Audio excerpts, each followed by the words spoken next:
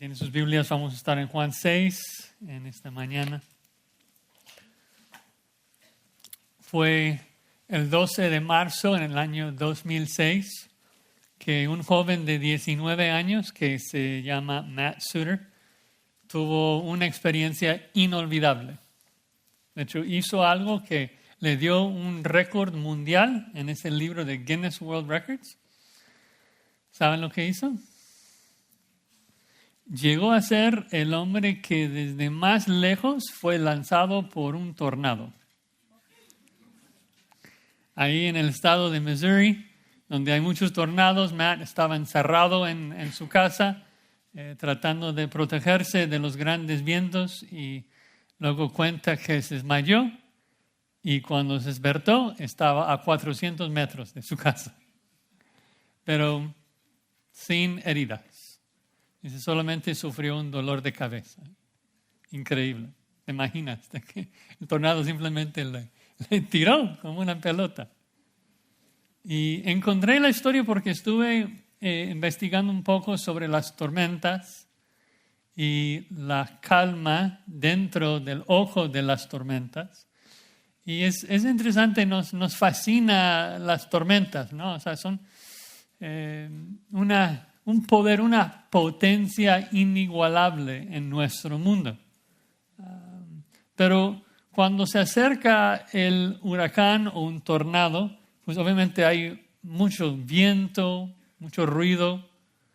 La gente que vive cerca de los tornados describen cómo el viento está tirando coches, tirando personas. Que hay tanto material dentro del tornado de que cuando estás ahí dentro del viento, de que es totalmente oscuro, no puedes ver el sol. Pero luego llegas al centro, en el ojo del tornado, y es totalmente claro, no hay viento, cielo azul. Increíble, de que en un instante hay relámpagos y fuertes vientos y explosiones y luego silencio. Una persona en Kansas que sobrevivió los vientos de un tornado describe estar dentro del ojo del huracán así, del tornado así. Parecía que llegó un silencio sepulcral. Apuesto a que si alguien dejó caer un alfiler en el suelo, todos lo hubiéramos escuchado. Fue sumamente extraño, sumamente extraño. Y como dije, nos fascinan las tormentas porque realmente en nuestro mundo no existe un poder más fuerte que un relámpago, que un huracán que puede destruir. Seguramente ya vieron en el boletín que hoy nos toca estudiar la historia en donde Jesús camina sobre el agua, sobre el mar. Y estoy seguro que muchos de ustedes piensan que ya saben la historia y que ya saben las lecciones que debes saber de esta historia. Seguramente estás pensando en la realidad de que los discípulos tenían mucho miedo de la tormenta. Cuando Pedro puso sus ojos en Cristo, bien pudo caminar sobre el agua, y cuando puso sus ojos en el viento, luego su fe comenzó a tambalearse y comenzó a hundirse. Y pues es una muy buena lección sobre la necesidad de fijar nuestros ojos en Jesús. Pero Juan no narra esa parte. No nos habla de Pedro. Nadie baja del barco en Juan. Luego dice, pues la otra lección muy importante es que Cristo calmó la tempestad con una sola palabra y hubo una gran calma. Y los discípulos se maravillaron sobre los vientos y el poder de Cristo para calmar la tempestad. Y ahí la lección sería que Jesús puede calmar nuestras tempestades y nuestras tormentas. Pero Juan tampoco registra esto. Jesús nunca calma la tormenta en el relato de Juan. Jesús camina sobre el mar, entra en el barco y el barco inmediatamente llega a su destino. Entonces, ¿cuál es el punto aquí en Juan? ¿Por qué Juan omite todos los detalles? ¿Y cómo es de que esta narrativa avanza la narrativa? ¿Cómo nos ayuda a ver propósito de Juan al escribir? Que nos dice en Juan 20:31 de que escribió para que creamos de que Jesús es el Mesías, el Hijo de Dios, y que al creer tengamos vida en Él. Bueno, es mi trabajo en esta mañana, es tratar de ayudarles con esto y veremos 2 etapas de esta historia que nos animan a seguir a Jesús solo por estar con Él. 2 etapas de la historia que nos ayudan a seguir a Jesús solo por estar con Él. Primero la prueba y luego la presencia. La prueba y la presencia. Y tenía la expectativa de poder cubrir mucho material, pero solamente vamos a llegar de Juan 6, 16 al 21. Juan 6, 16 al 21 y vamos a leer el texto, hermanos. Dice así la palabra del Señor. Al anochecer descendieron sus discípulos al mar y entrando en una barca iban cruzando el mar hacia Capernaum. Estaba ya oscuro y Jesús no había venido a ellos. Y se levantaba el mar con un gran viento que soplaba. Cuando habían remado como 25 o 30 estadios, vieron a Jesús que andaba sobre el mar y se acercaba a la barca y tuvieron miedo. Mas él les dijo, yo soy, no temáis. Ellos entonces con gusto le recibieron en la barca, la cual llegó enseguida a la tierra a donde iba. Vamos a orar. Padre Santo, siempre cuando venimos a tu palabra, pedimos que tú nos limpies y nos perdones, que nos capacites para comprender este texto. Oramos, Señor, que tu Espíritu Santo nos ilumine y nos ayude a ver tu gloria, Padre, brillando en la faz de nuestro Señor Jesucristo. Lo pedimos para su gloria. Amén. Bueno, necesito repasar algunas cosas para que ustedes entiendan cómo esta historia encaja con el argumento de este evangelio. Lo que observas cuando lees el libro de Juan es que cada señal que Jesús hace es acompañada por una explicación, una enseñanza. Entonces tenemos una pequeña narrativa y luego una explicación. Comenzando después del prólogo, ¿no? Comenzando en el capítulo 2 con su primera señal, Cristo convierte el agua que los judíos usaban para sus ritos de purificación, lo convierte en vino y luego más tarde llega al templo y explica de que el legalismo de los judíos era totalmente vano e inútil. Luego en el capítulo 3 Jesús conversa con Nicodemo. Y más tarde Juan nos explica de que la salvación no es solamente para los judíos, es para todo aquel que cree. Luego llegamos al capítulo 4 y Jesús platica con la mujer samaritana. Luego explica de que Él es el agua viva que satisface el alma. Llegamos al capítulo 5, Jesús sana al paralítico y lo hace el día sábado. Y explica que tiene que trabajar los sábados porque es Dios y Dios no toma vacaciones. Dios no puede reposar un día a la semana. Todo lo que Dios hace, Él hace. Luego llegamos al capítulo 6 y comienza como esperamos. Comienza con una señal. Que Cristo alimenta a los 5,000 varones, más mujeres y niños. Y como esperamos, todo el resto del capítulo explica esa señal, el milagro de la alimentación de los 5,000. Por ejemplo, si bajan su vista, seguramente en sus Biblias, ahí comenzando en el verso 25, hay el título Jesús, el pan de vida. Y pues lo vemos varias veces, por ejemplo, en el versículo 35, Jesús les dijo, yo soy el pan de vida. Versículo 51, yo soy el pan vivo que descendió del cielo. Si alguno comiere de este pan, vivirá para siempre.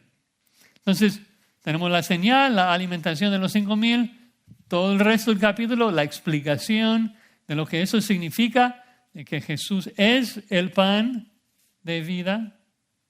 Pero luego dentro de esa sección, Juan pone este milagro de que Jesús caminaba sobre el agua. Estuve batallando muchísimo esta semana tratando de ver la conexión entre el pan y el viento. Y en parte mi problema fue de que estaba pensando en los propósitos de los otros evangelistas. Pero Juan no escribe con el mismo propósito. Me di cuenta de que Mateo y Marcos, cuando Jesús camina sobre el mar, pues es una gran lección sobre el poder de Jesús, sobre la necesidad de fijar nuestros ojos en Jesús. Pero Juan está exaltando a Jesús como nuestro Cristo, como el Hijo de Dios, para que le sigamos siempre, para que creamos en Él siempre. Y recuerden que esa parte es muy importante, no solamente quién es Cristo, de que es el Mesías, el Hijo de Dios, que veremos claramente, es el gran yo soy, que calma la tempestad, pero también la importancia de que nosotros sigamos verdaderamente a Cristo. Recuerden de que mucha gente sigue a Cristo, mucha gente cree en Cristo en Juan, pero no todos serán salvos. Y es el capítulo 6 de Juan en donde abandonan. Juan 6 es el capítulo que describe la deconstrucción de la fe de la multitud. Juan 6 es cuando la multitud abandona a Cristo. Esto ocurre en Juan 6:6, para hacerlo más fácil. Juan 6:66 dice: desde entonces muchos de sus discípulos volvieron atrás y ya no andaban con él. Es decir, de que Juan 6 es un retrato de unos creyentes, entre comillas, que se perdieron. Ahora, sabemos por muchos pasajes bíblicos, incluyendo a los que están aquí en Juan, de que si uno sigue a Jesús por un tiempo, si cree por un tiempo y luego abandona a Cristo, es porque nunca fue salvo, nunca fue un seguidor verdadero. Juan nos explica en 1 Juan 2:19 de que salieron de nosotros, ¿por qué? Porque no eran de nosotros. Pronto vamos a llegar a Juan 10, en donde Cristo nos explica que nos tiene en su mano y nadie puede arrebatarnos de su mano. Entonces la gran pregunta del capítulo 6 es: ¿por qué abandonó a Cristo esta multitud? Y la respuesta Juan nos lo está dando varias veces. En el versículo 2 fue la primera explicación, ¿no? De que la multitud seguía a Cristo no por estar en su presencia, sino por llenar sus barrigas. Dice Juan 6:2, y le seguía gran multitud porque veían las señales que hacía. Es decir, que querían ver más señales, más sanidades, más milagros. Y más tarde Cristo les regaña por eso mismo. Noten en Juan 6:26. Juan 6:26 dice: Cristo respondió a Jesús y les dijo: de cierto os digo que me buscáis, no porque habéis visto las señales, sino porque comiste el pan y os saciaste. Es decir, no me siguen porque captaron el punto de mi señal. No es de que ahora entienden quién soy, de que yo soy tu Dios, tu creador. Yo puedo crear pan desde el aire. Y que ahora que comprendes quién soy, quieres conocerme más, quieres pasar tiempo conmigo. No, me siguen no por amor, sino por hambre. Y esto no agradó a Jesús, ¿no? La multitud quiso que Jesús les diera más pan, pero perdieron todo el punto de la señal. Jesús no quiso darles pan, quiso ser su pan. Quiso satisfacer sus almas, quiso que su presencia misma fuese su satisfacción. Entonces, si vamos a comprender esta historia en donde Jesús camina sobre el mar, tenemos que verlo en ese contexto. Porque eso no es un paréntesis. Juan no hace otro punto aquí. Cuando Jesús camina sobre el mar, está avanzando el mismo argumento de la presencia de Cristo es nuestro todo. De que Cristo es quien nos satisface. El punto no es de que Cristo puede darte pan. Eso es lo que la multitud pensó. No es el punto. El punto de nuestra narrativa no es de que Jesús puede calmar tu tempestad, de que Él quiere llenarte y calmar tu tormenta. Esto es lindo y sería un buen mensaje de Mateo o Marcos, pero no es lo que Juan nos narra acá. El punto de Juan es otro. Tiene que ver con el punto de que la presencia de Dios es nuestro todo, es suficiente. No importa la tempestad, Jesús es la calma. Él es el pan que nos sacia. Él es la calma que nos satisface. Él es el puerto que asegura. Y van a ver en este lindo pasaje que no debes entonces seguir a Jesús por las cosas que Él puede darte. Debes seguir a Jesús porque su presencia es suficiente para ti. Él es suficiente. Ahora con eso en mente veamos los detalles, comenzando en el verso 16 con la prueba. Juan 6:16 dice, al anochecer descendieron sus discípulos al mar. Recuerden que Jesús, después de alimentar a los 5,000, pues ellos querían hacerle rey, entonces Él se fue al monte solo para orar. Y ahora llega la noche y seguramente hay animales peligrosos allí por el desierto, entonces más seguro bajar al mar y regresar a casa. Y tal vez suena mal de que los dos están abandonando a Cristo solo, pero es de que Juan da por sentado que estamos familiarizados con los otros evangelios. Mateo y Marcos relatan que Jesús es el que obligó a los discípulos a regresar a casa. Y Él les explicó que les iba a alcanzar después. Y eso es una lección muy importante porque nos demuestra de que la lección del milagro de caminar sobre el agua es parte del plan de Cristo desde el principio. Eso no ocurrió por accidente. No es algo que simplemente se le ocurrió en el momento. Obviamente lo sabíamos, pero este texto lo hace más explícito. Noten también que 2 veces en este párrafo Juan menciona la noche y la oscuridad. Y eso es importante porque en los escritos de Juan, la luz y las tinieblas simbolizan la justicia y la iniquidad. Entonces, cuando Juan dice, ya viene la noche, pues está presagiando algo difícil que viene, una prueba que viene.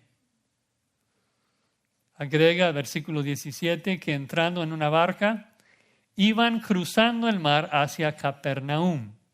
Recuerden que estaban en la parte noreste del mar de Galilea, en la parte gentil, desierto, y ahora van a regresar unos 10, 15 kilómetros al lado noroeste del mar, a Capernaum. Ahí es donde Pedro tenía su casa. Sabemos que era la base de operaciones para Jesús en este tiempo. Entonces es noche y van a navegar a Capernaum, seguramente por la costa, como siempre lo hacían.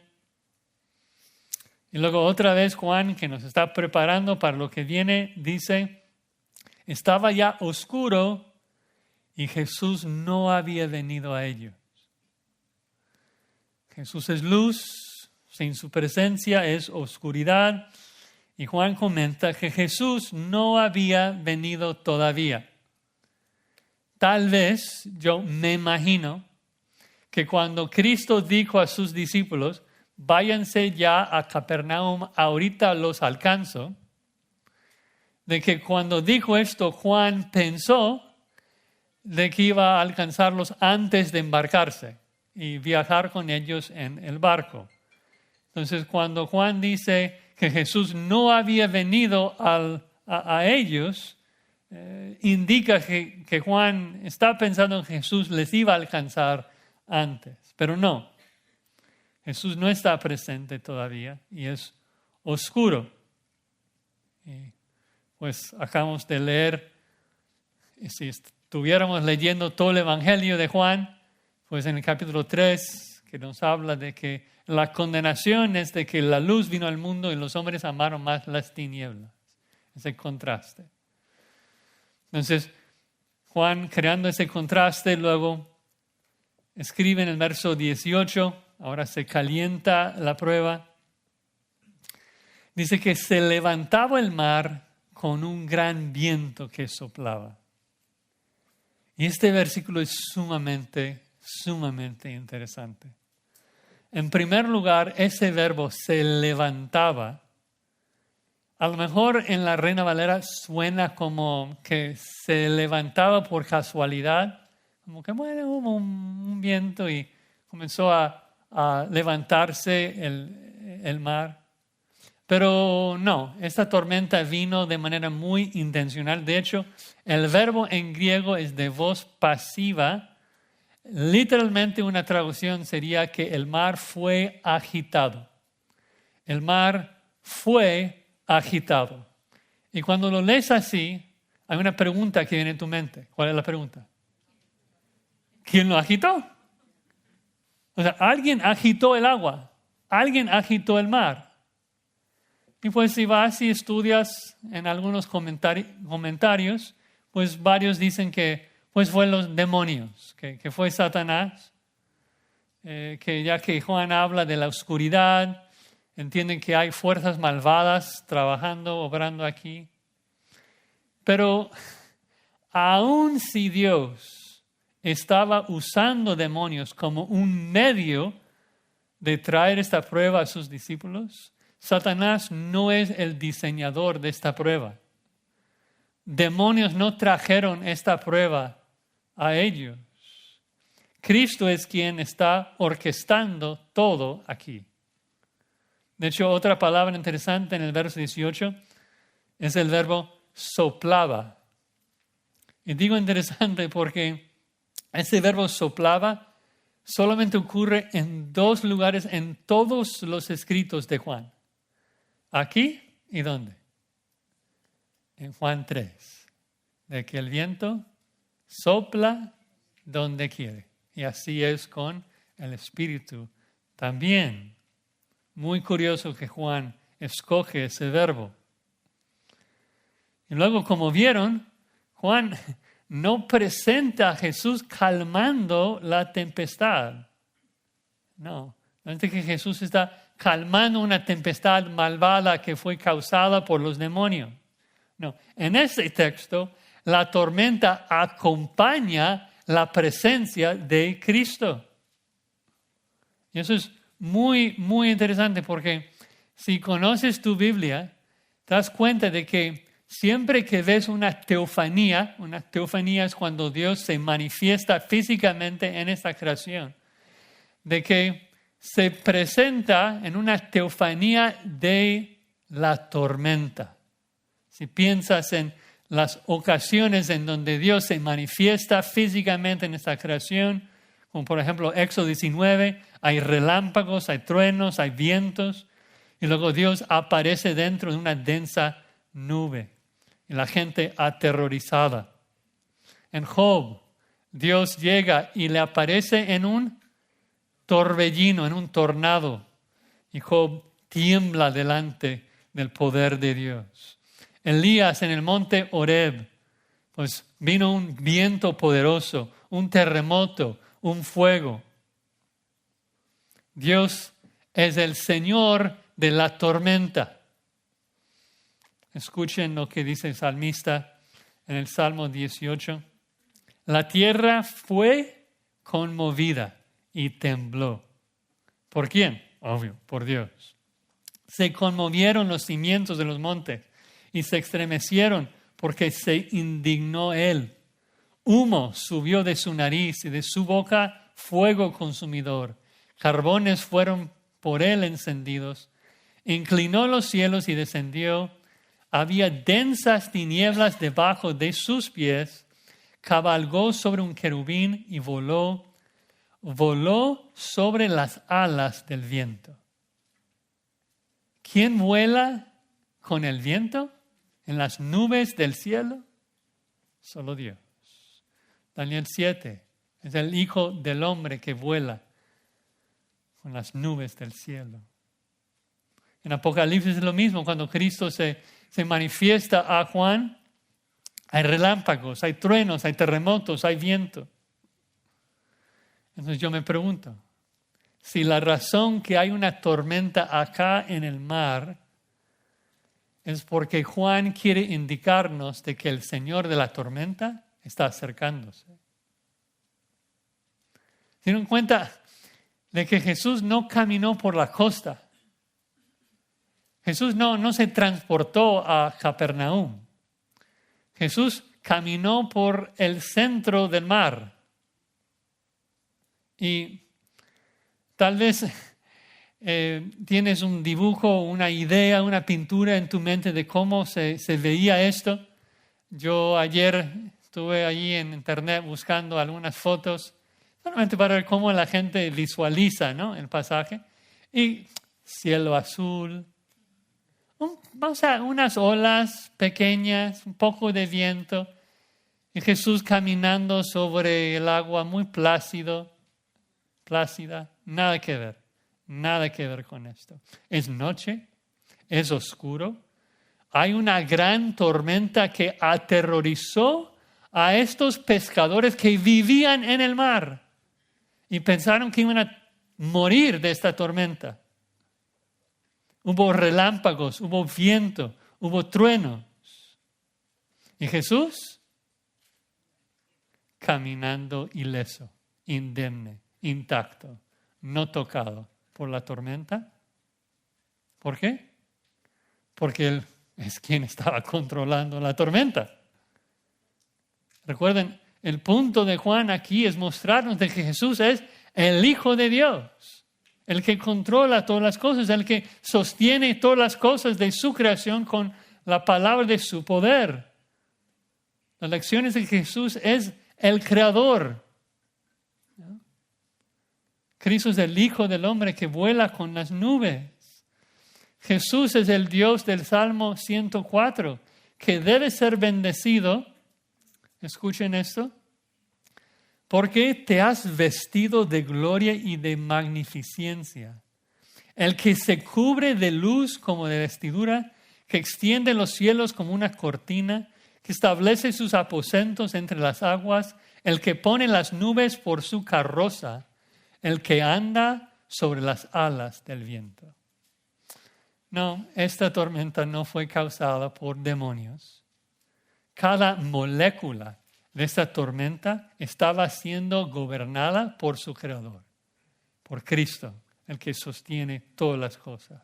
Y Él les mandó esta tormenta para enseñarles algo, para mostrarles algo, para mostrarles de que su presencia es suficiente.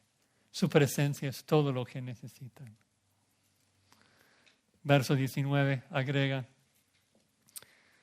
cuando habían remado como 25 o 30 estadios, eso sería más o menos como unos 5 kilómetros.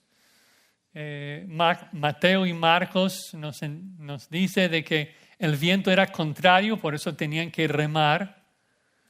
Y pues, según mis cálculos, si están viajando en la costa, tenían que viajar unos 13, 14 kilómetros tal vez, y ya van 5, o sea, mucho menos de la mitad. Y pues sus esfuerzos no les está ayudando. Parece que los vientos los está llevando más y más al centro del mar. Y luego que es lo que ven ahí en el centro del mar con la tormenta. Dice la mitad del verso 19. Y vieron a Jesús que andaba sobre el mar y se acercaba a la barca. Ahora, otra cosa que quisiera mostrarles en varias ocasiones en este texto son todas las conexiones al Éxodo. Jesús aquí está caminando sobre el mar como si fuera tierra seca. Estamos dentro de la historia en donde Él les da pan y les explica de que Él es el maná que sacia el alma, que descendió, obviamente, en Éxodo. Juan explica en Juan 6:4 que era el tiempo de la Pascua, obviamente también en Éxodo. Entonces, Jesús está caminando por el mar y algo también sumamente interesante que Juan no menciona es que dice que Mateo y Marcos comentan de que Jesús quería pasarlos y llegar directo a Capernaum. Y eso es fascinante porque la persona de Cristo es incomprensible. Pero cuando dice que Cristo quiso pasarlos y llegar a Capernaum, nos da a entender de que la deidad de Cristo todavía no había revelado a su humanidad lo que iba a hacer. Recuerden que Cristo es una persona con dos naturalezas, la humana y la divina. Una sola persona con esas dos naturalezas. Con una naturaleza, su naturaleza divina está controlando la tormenta y con la naturaleza humana está confiando plenamente en Dios, caminando sobre el mar. Pero Juan nuevamente no recalca esto porque quiere enfocarse más en la reacción de los discípulos. Y noten que cuando ellos vieron a Jesús, ¿qué dice? Tuvieron miedo. Tuvieron miedo. Los otros evangelistas comentan que pensaron que era un fantasma. Juan no nos distrae con esa información.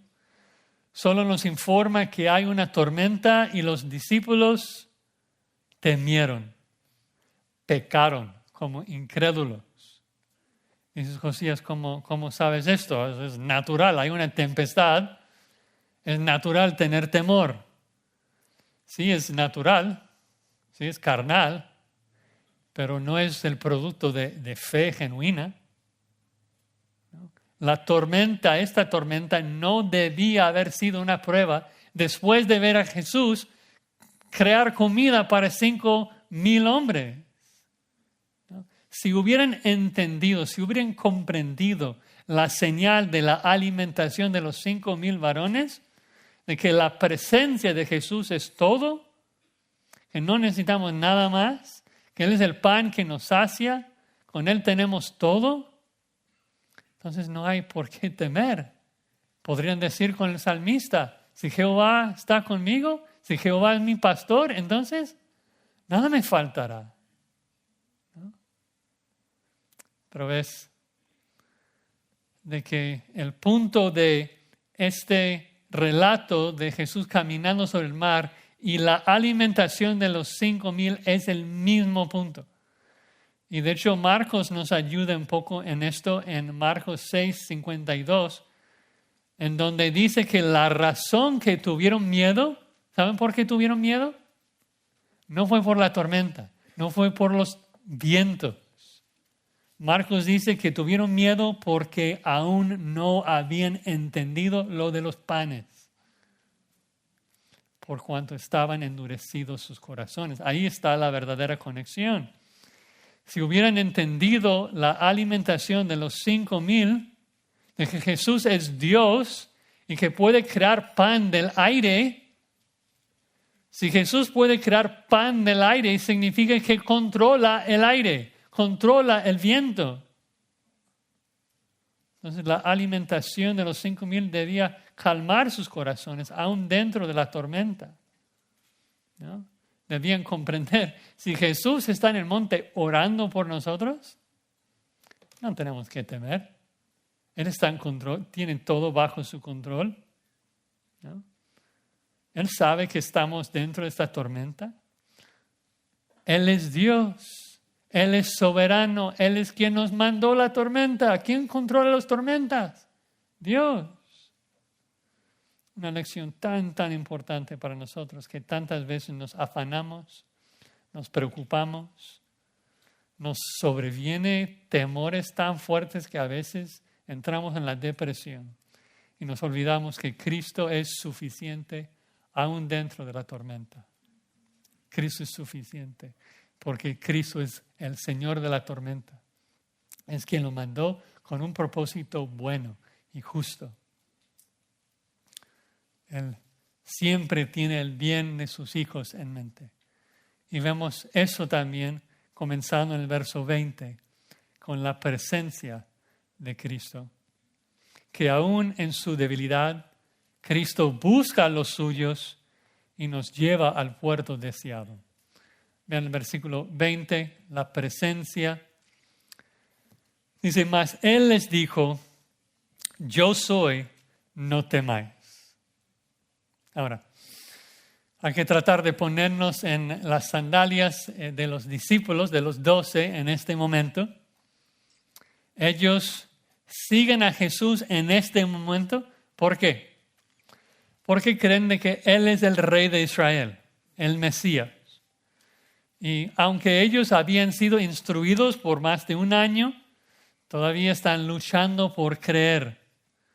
Seguramente, sin duda, después de la euforia de ver a Jesús alimentando a 5,000 hombres, creando pan del aire, ellos también estaban listos para entronizar a Jesús. Pero luego, cuando la multitud quiere entronar a Jesús, ¿qué hace Jesús? Abandona, se esconde. Y no solamente de la multitud. Dice que se fue al monte solo, sin sus discípulos. Al parecer, la multitud quiere que sea el rey y él rechaza. Él rechaza ser su rey. Seguramente los 12 sienten decepcionados.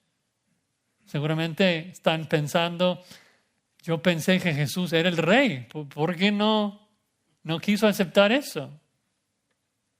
Pero nuevamente el problema es de que igual con la alimentación de los 5,000 que solamente pensaban en soluciones humanas de cómo comprar comida para todos, ellos están pensando en términos humanos de Jesús, de que Él va a ser un rey humano, muy bueno, un rey humano muy sabio, muy poderoso.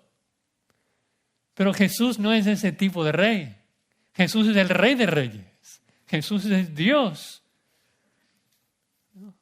Y Él quiere mostrarles quién es en verdad entonces.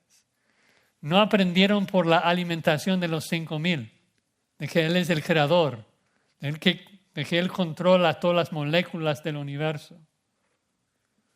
Entonces, camina sobre el mar, enfatiza el mismo punto. ¿Quién es Jesús? Yo soy. Ven a Jesús y Él dice, yo soy, no temáis.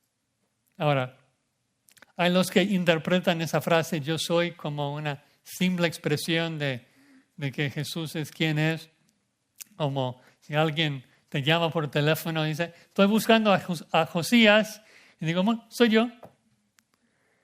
Pero no creo que sea el punto aquí. Nadie le está preguntando nada. Él simplemente dice, yo soy, como lo que debía calmar sus almas. Que yo soy el que yo soy. Creo que es necesario conectar esa frase con lo que llamamos el tetragramaton. Tetragramaton se refiere a las 4 consonantes del nombre Jehová o Yahweh en hebreo. Recuerdan allí en Éxodo 3, el ángel de Jehová, quien creemos es Jesús, antes de su encarnación, aparece a Moisés en la zarza que ardía. Y luego Moisés le pregunta, ¿cuál es tu nombre? ¿Y cómo responde? El Hijo de Dios responde, yo soy el que yo soy. Entonces, Jesús está haciendo esa conexión con su nombre en el Éxodo. Y Juan nos advierte, nos ayuda a ver esa conexión con el libro de Éxodo. Como dije, tenemos el maná, el pan que descendió del cielo, tenemos la Pascua, tenemos la teofanía de la tormenta, todo lo que vemos en Éxodo. De hecho, vemos exactamente el mismo patrón aquí también, de que viene la tormenta, viene el ruido, viento, la gente tiembla, la gente tiene miedo, luego Dios aparece, tienen más miedo, y luego Dios dice, yo soy, no teman. Y incluso ese patrón se ve casi por todas partes en la Biblia, ¿no? Leímos con Rubén, Génesis 46, que soñó una visión y Dios dijo, yo soy Jehová, no temas. Llegamos a Éxodo 3, lo mismo, Moisés ve el ángel, lo mismo pasa. En Éxodo 19 con los 10 mandamientos, lo mismo. En Jueces 6, Dios aparece a Gedeón y Gedeón tiene temor. Y luego Dios le dice, paz a ti, no tengas temor. Isaías 6, Dios viene con humo, con mucho ruido, y luego calma a Isaías diciéndole, es quitada tu culpa. En Apocalipsis 1, Juan ve a Jesús resucitado con fuego y la voz de muchas aguas. Y Juan sabe que debe morir. Juan siente que está a punto de morir. Y Cristo le dice, no temas, no temas. Yo estoy aquí, tranquilo, yo soy. ¿Ves que si hubieran comprendido la señal del pan, si hubieran comprendido de que Jesús es el gran yo soy, entonces no tendrían ningún temor. Si hubieran entendido de que Jesús es el que guarda a Israel, que no duerme, que siempre nos protege, que no toma vacaciones, que no está limitado al espacio, que Jesús es omnipotente, omnisciente y en particular es omnipresente. ¿Por qué es importante esto?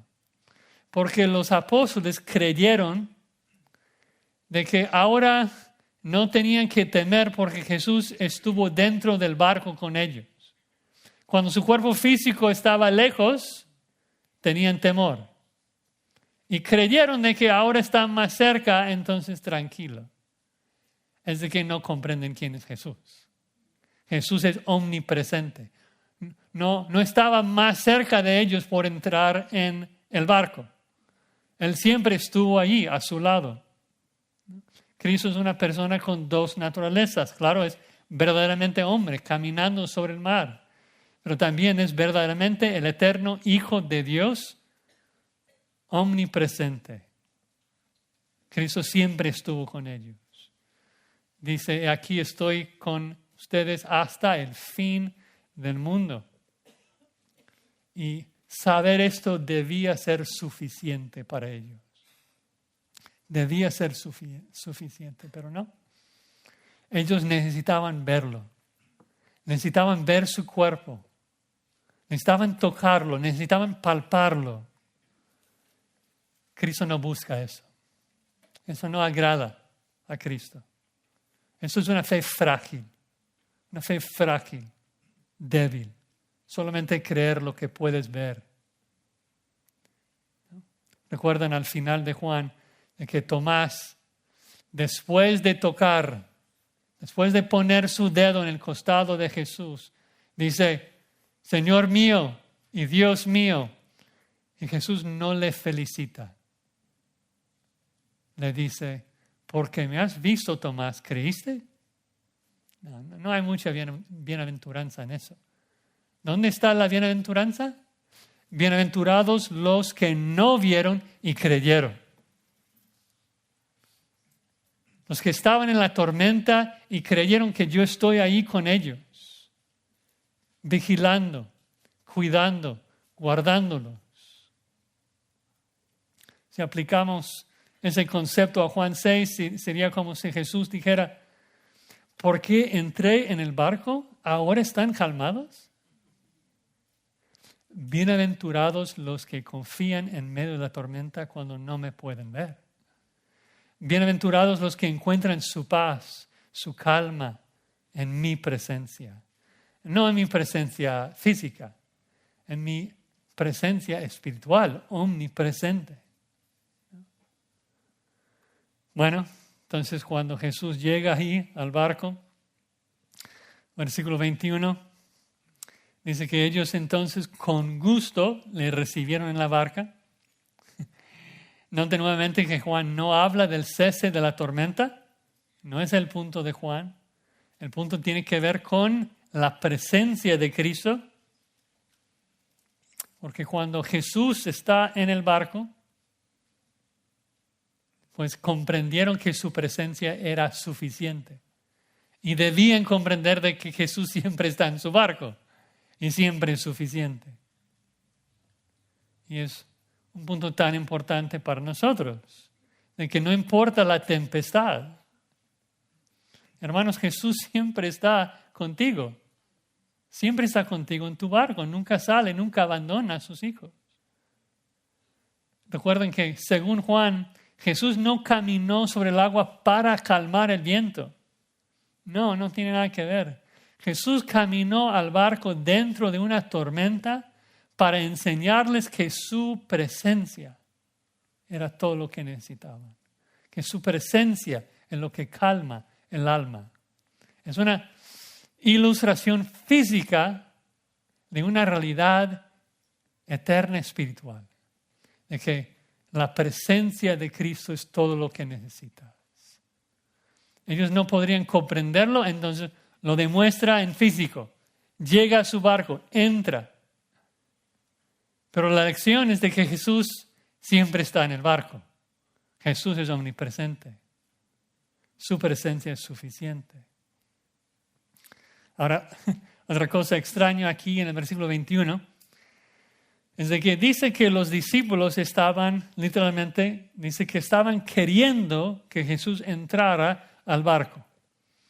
Juan lo presenta como un proceso que tenía el deseo como de ayudarle a entrar en el barco, pero luego dentro de ese proceso, de repente, dice al final del verso 21, que cuando entra en la barca, dice, la cual llegó enseguida a la tierra a donde iban. Me encanta eso. Cristo entra en el barco y ya están en Capernaum.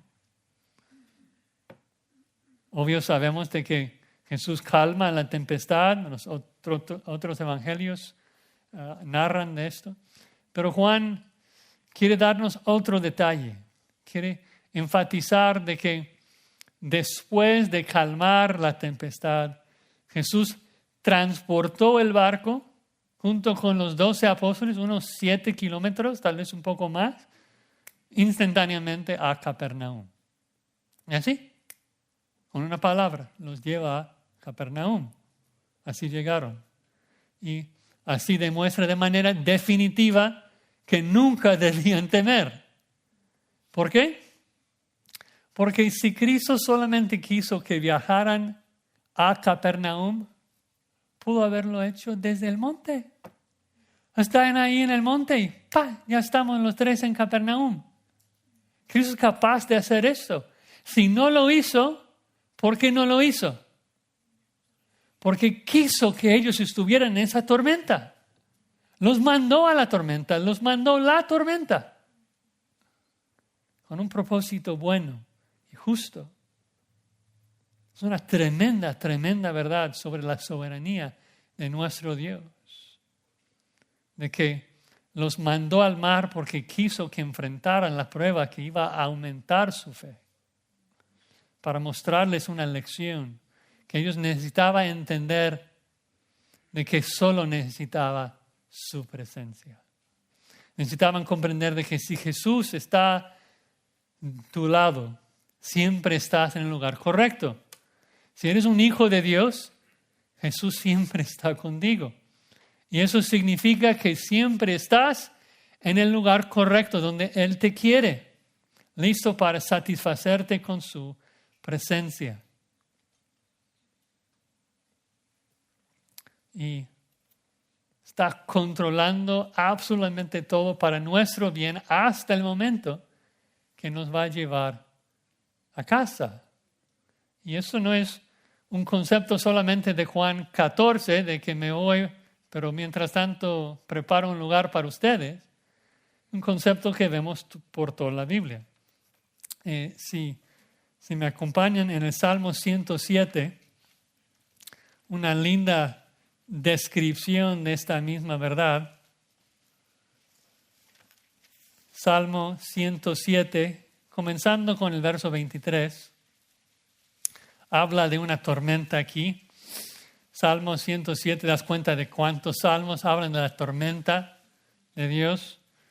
Dice, los que descienden al mar en naves y hacen negocio en las muchas aguas, ellos han visto las obras de Jehová. Las ondas, los vientos, ¿son obras de quién? De Jehová. Y sus maravillas en las profundidades. Porque habló e hizo levantar un viento tempestuoso. ¿Quién levanta vientos? Dios. Que encrespa sus ondas. Suben a los cielos. Está hablando como la figura de un barco que sube a los cielos o que desciende a los abismos. Y sus almas se derriten con el mal. Tiemblan y titubean como ebrios, y toda su ciencia es inútil. Entonces, claman a Jehová en su angustia y los libra de sus aflicciones. Cambia la tempestad en sosiego y se apaciguan sus ondas.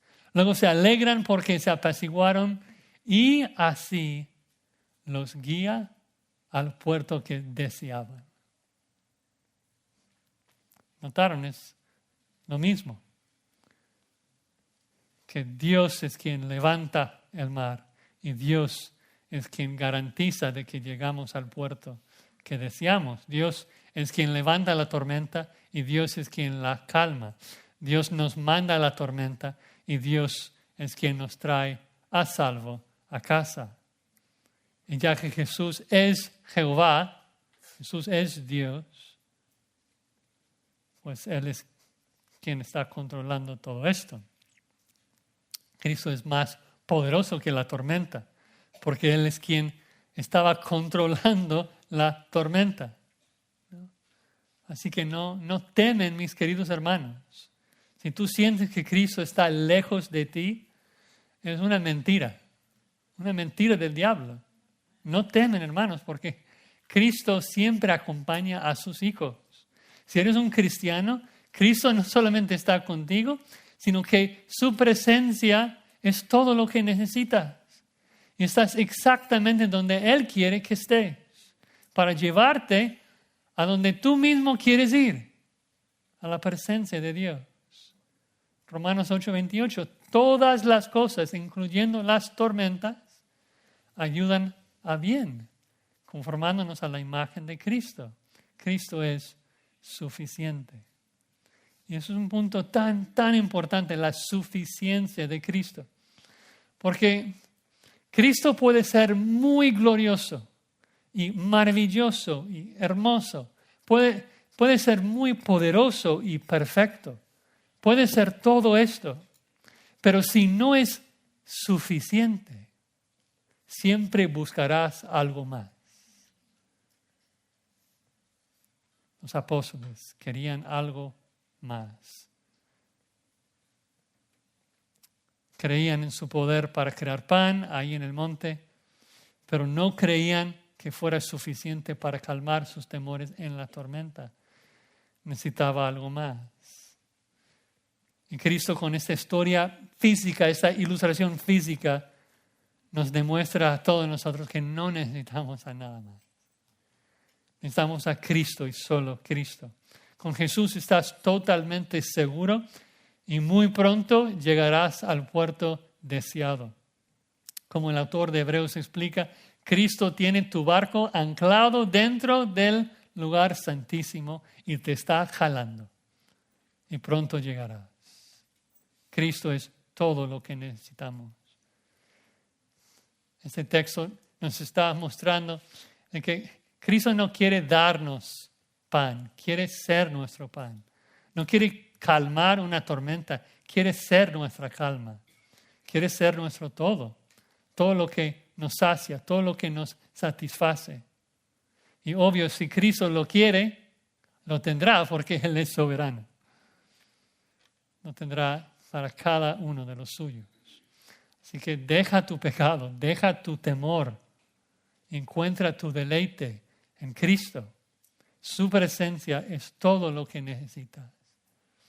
Y déjame concluir con esta amonestación pensando en el punto de todo el capítulo de Juan 6, de que si este Jesús es quien dice que es, el Hijo de Dios, nuestro Mesías, entonces tenemos que seguirle y seguirle por los motivos correctos. ¿No?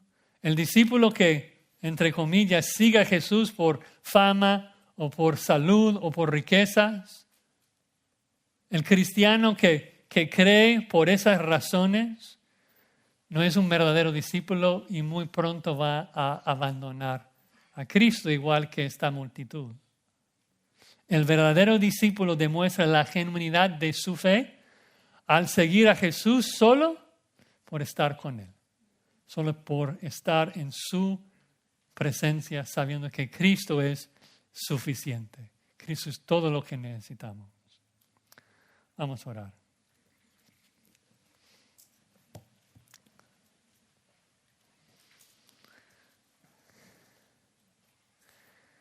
Padre Santo,